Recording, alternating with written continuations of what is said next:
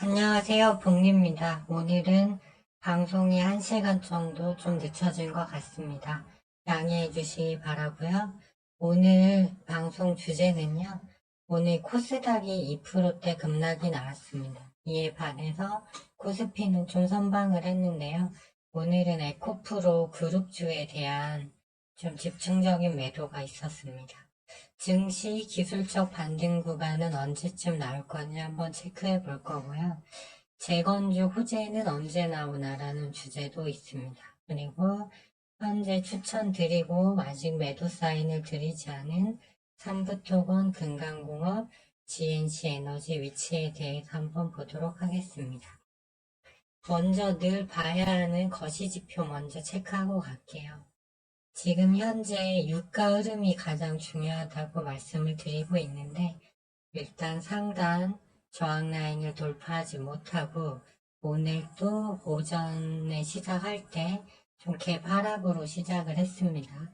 그래서 현재 십자형으로 음봉이 나와 있는 상태예요. 그래서 여기서 유가가 실제 현재 수요보다는 좀 투기적인 부분이 좀 많이 있긴 있거든요. 그래서 아마 여기까지 내려오고 다시 가거나 아니면 여기서 바로 갈 수도 있습니다. 그래서 좀 시장이 일단 안정이 되려면 유가가 일단 좀 내려와 줘야 된다. 그 부분 하나 체크하겠고요. 빅스 지수가 올라가면 시장이 아무래도 변동성이 커지는데 현재 보시면 이 저항선 라인 부분에서 좀 멈춰 있는 상태입니다. 나스닥 선물을 보시면 이 하단 지지라인에서 일단은 더 하락하지는 않고 일단은 소폭 0.35% 정도 반등이 나오고 있습니다. 일단은 RSI상 나스닥이 하락한 거와 마찬가지로 나스닥 선물도 여기서 크게 3주간 하락이 크게 나왔어요. 그래서 이 나온 이유는 시장의 기대와 달리 고금리가 2024년까지 유지될 수도 있다라는 거에 놀란 건데요. 아직 대세 하락장으로 가기 바로 갈 것 같지는 않습니다. 왜 그러냐면 그렇기 위해서는 매월 발표되는 CPI가 계속 올라야 되고요. 유가는 100% 이상 돌파 안착, 10년물 국채금리는 5% 돌파 안착, 달러 지수 선물도 적어도 110 정도는 돌파를 하고 안착을 하는 흐름이 나와야 하는데 아직은 그런 흐름이 아닙니다. 따라서 이 정도 지지라인 부분까지 내려왔기 때문에 나스닥 선물이 여기서 어느 정도 반등이 좀 나와주는 흐름이 자연스럽다고 보고 있고요. 지난주 금요일에 상승하다가 이렇게 윗꼬리를 달고 밀린 이유는 이제 기술적 반등이 나올 때 한 번에 이렇게 양봉을 뽑진 않거든요. 일단은 이평선이 너무 꺾여 있으니까 한번 잡아주고 그 다음 날쯤에 흐름이 나오는 경우가 많은데 지금 바로 시장을 하방으로 가져갈 수 있는 이슈는 없다고 보고 있고요.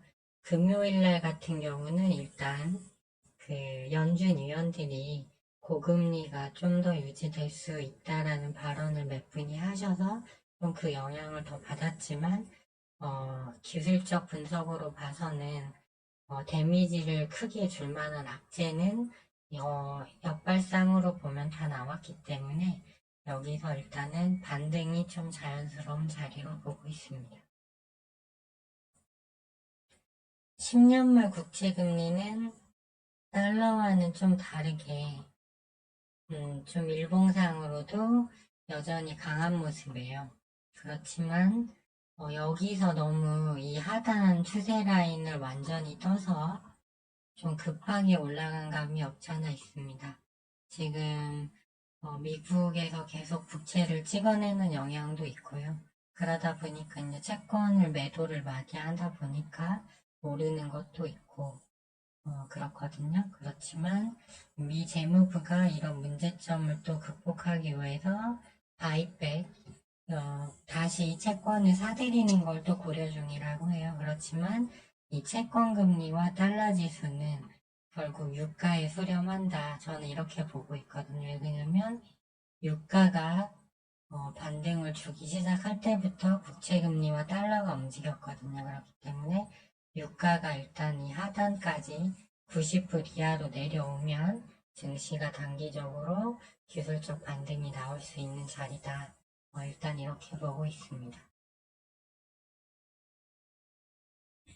유가를 보면 이거는 WTI유인데요. 일단 일봉상 올해 처음으로 과열 시그널이 들어와 있는 자리입니다.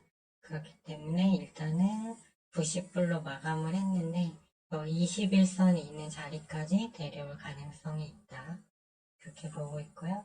다우도 진짜 길봉상 마지막 지지라인 깨고 내려왔고 나스닥도 마지막 이평선 부근인데 단기 하락이 좀 너무 과했다. RSI도 지금 33까지 일봉상 왔기 때문에 지금은 좀 반등이 자연스러운 자리로 일단은 보고 있습니다. 그리고 코스닥 같은 경우는 주봉상 보시면 초록색 이제 다음 지지 라인이 3.68% 밑에 있어요. 오늘 2.12% 급락이 나왔기 때문에 이제 3주 연속 하락하면서 거의 9% 정도 빠졌거든요. 그렇기 때문에 역시 이제 여기도 기술적 반등이 어느 정도 임박했고 더 내려가면 3.68에 이제 이 지지선은 매우 강한 자리입니다. 그래서 이 지점이 남아있고요. 코스피 같은 경우는 1.14%만 내려가면 역시 61선 지지 라인이 지나고 있습니다. 그래서 이제 유가 추이를 좀 봐야겠지만 일단은 반등이 자연스러운 자리로 진입했다 이렇게 보시면 될 것 같습니다. 오늘 에코프로를 안 볼 수가 없는데요. 오늘 프로그램이 30만 주를 던지면서 왜냐면 에코프로 BM하고 에코프로가 그 코스닥에서 시총을 많이 잡아먹고 있거든요. 그렇기 때문에 얘네가 빠지면 지수가 더 많이 빠져요. 그러면서 이제 최대 지지라인 부분에 일단 들어왔습니다. 여기 노란색 보이시죠? 그 밑으로도 있기는 한데 일단 더 줄여서 보니까 예, 여기 이 자리부터 이제 최대 지지라인이 있어요.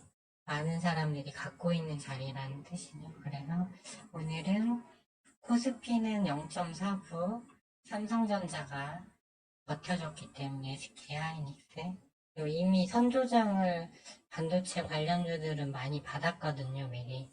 그래서인지 오늘 반도체가 버텨주면서 코스피는 그렇게 하락이 안 나왔지만 코스닥은 에코프로가 오늘 시장에 약간 이제 악영향을 줬다. 아무래도 지수가 내려가니까 다들 좀 투심이 안 좋았겠죠. 그리고 2차전지 대부분 안 좋았어요. 로봇주에서는 이렌시스가 오늘 상승이 나왔지만 나머지들은 좀 빠진 종목들이 있어요. 아직 21선 회복 못한 상황이고 오늘 또 보면 기존의 테마들이 그대로 또 돌았다고 보시면 될 것 같습니다. 유가 관련주들은 유가가 주춤하니까 다 이제 빠졌고 에코프로 바이오 이런 거 빠졌고요.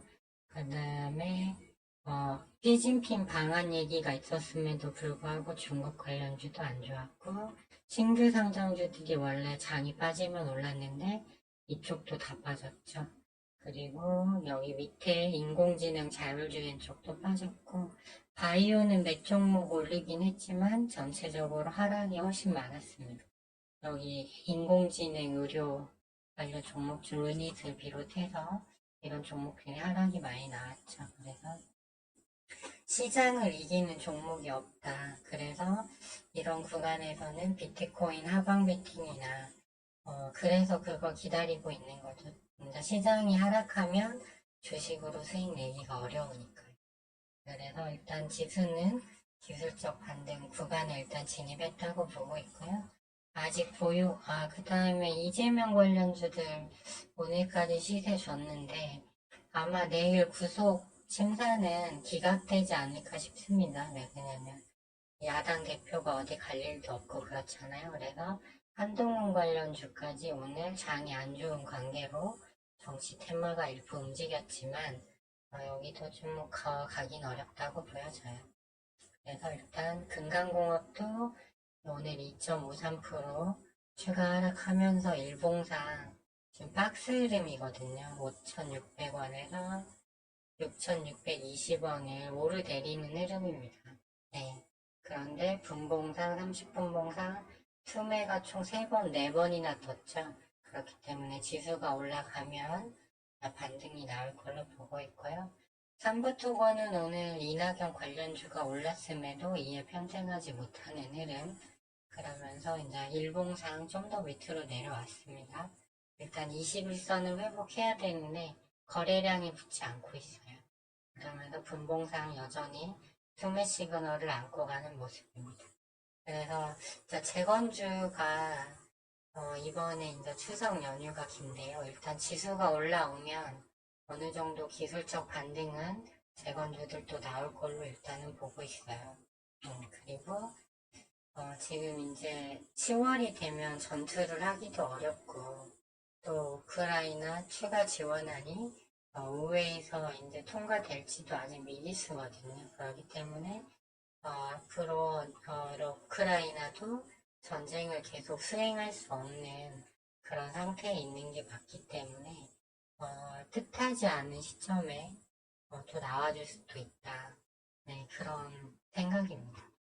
그리고 SY 같은 경우도 이게 확실히 대장주는 맞는 것 같아요. 지금 근데 21선까지 아직 깨지 않고 추세 유지하고 있고 그러기 때문에 좀 더 볼 필요가 있다. 그리고 10월 달에 또 우크라이나 2차 파견단도 가고 그 다음에 10대 총수가 또 사우디 네옴시티 방문 계획도 잡혀있기 때문에 제일 좋은 건 휴전 관련 협상 뉴스인데 좀 어려운 구간이지만 좀 가져가 보자. 네. 왜냐면 지수가 기술적 반등 구간에 어느 정도 들어왔다고 보고 있기 때문입니다. 그 다음에 GNC 에너지는 이제 얘도 박스죠. 4,770원에서 3,800원 박스 흐름입니다. 네, 그래서 박스 하단까지 다 왔는데 지수가 올라주면 얘도 어느 정도 반등이 나올 걸로 보고 있습니다.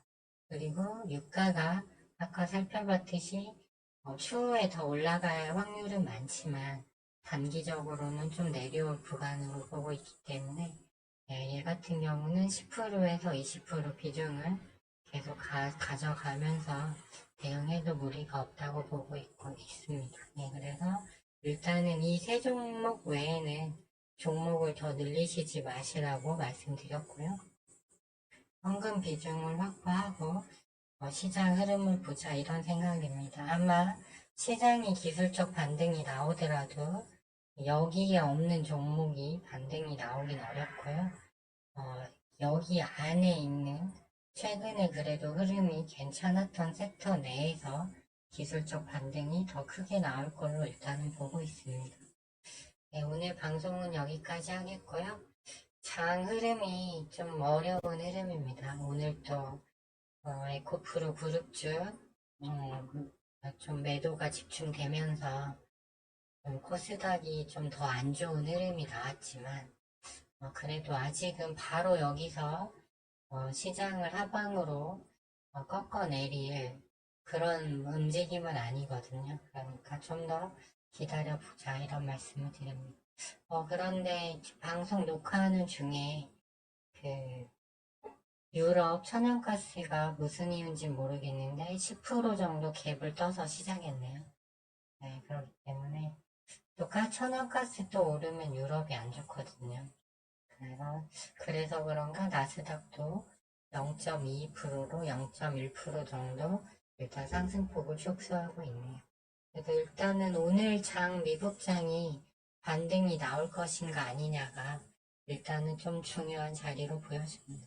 오늘 정도의 나스닥 선물이 더 밀리지 않고 반등이 나와줘야겠고요. 원달러 환율은 다시 올라서 1340원대로 다시 접근하고 있네요. 원달러 환율이 오르면 국내에서 외국인 기관 자금이 나가서 좋지 않거든요.